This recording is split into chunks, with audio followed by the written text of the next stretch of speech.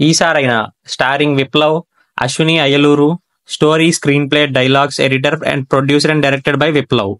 ఈ movie November 8, 2024 థియేటర్లో release అయ్యి ఇప్పుడు Tata Play, Binge and Prime వీడియోలో ఓవర్సీస్ ఆడియన్స్ కి స్ట్రీమ్ అవుతుంది.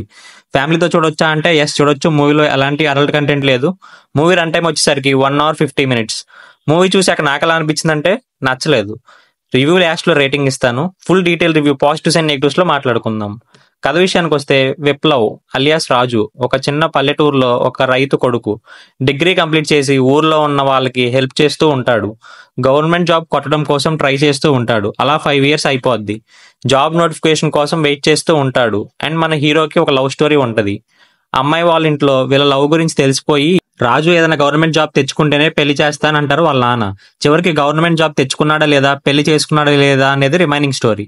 మనమే రివ్యూ అందరికంటే ఫస్ట్ ఇస్తున్నాం. మన రివ్యూస్ ని అందరూ చూస్తున్నారు కానీ మన ఛానల్ ఎవరు సబ్స్క్రైబ్ చేసుకోవడం లేదు. మా ఎఫర్ట్ కి మీరు ఇచ్చే సపోర్ట్ అంటే సబ్స్క్రైబ్ చేసుకోవడమే. Please do subscribe our channel for more genuine reviews. మూవీలో పాజిటివ్స్ వచ్చేసరికి మూవీ స్టార్టింగ్ లో పల్లెటూరుతో ఒక సాంగ్ ఉంటుంది. అది చాలా బాగుంటది. విజువల్లీ ఆ పల్లెటూరు క్లైమేట్ అండ్ లొకేషన్స్ చాలా బాగున్నాయి. హీరోయిన్ వాళ్ళ ఫాదర్ న్యూస్ పేపర్ చదువుతుంటే న్యూస్ పేపర్ కాలిపోయిద్ది. అది కొంచెం క్రియేటివ్ గా ఉంది. సెకండ్ హాఫ్ కొంచెం బెటర్ ఫస్ట్ హాఫ్ కంటే. ఈసారైనా మూవీ టైటిల్ జస్టిఫికేషన్ ఏంటంటే ఈసారైనా జాబ్ కొడతాడా లేదా అని. హీరోయిన్ క్యారెక్టరైజేషన్ బాగుంది. మంచి రోల్ డిజైన్ చేశారు హీరోయిన్ కి. సేమ్ అంతే హీరో కూడా ఉంటే బాగుండేది.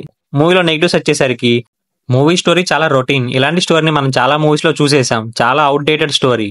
కొత్తగా ఏమన్నా ప్రెజెంట్ చేశారా అంటే 1% కూడా లేదు. మూవీ రన్ టైం తక్కువైనా కానీ చాలా నీరసంగా ఉంటది మూవీ అంతా. ఫ్లాష్ బ్యాక్ లవ్ స్టోరీ చాలా తక్కువ టైం ఉంటది. అది ఇంకొంచెం ఎక్కువ సేపు పెట్టుంటే బాగుండేది. మెయిన్ లీడ్ పర్ఫార్మెన్స్ ఓకేగా ఉంది. నా ఫైనల్ వర్డిక్ట్ వచ్చేసరికి not a worth watch film. ఈ మూవీకి నేను ఇచ్చే rating 1 out of 5. That's it for today. మళ్ళీ ఇంకో రివ్యూతో కలుసుకుందాం.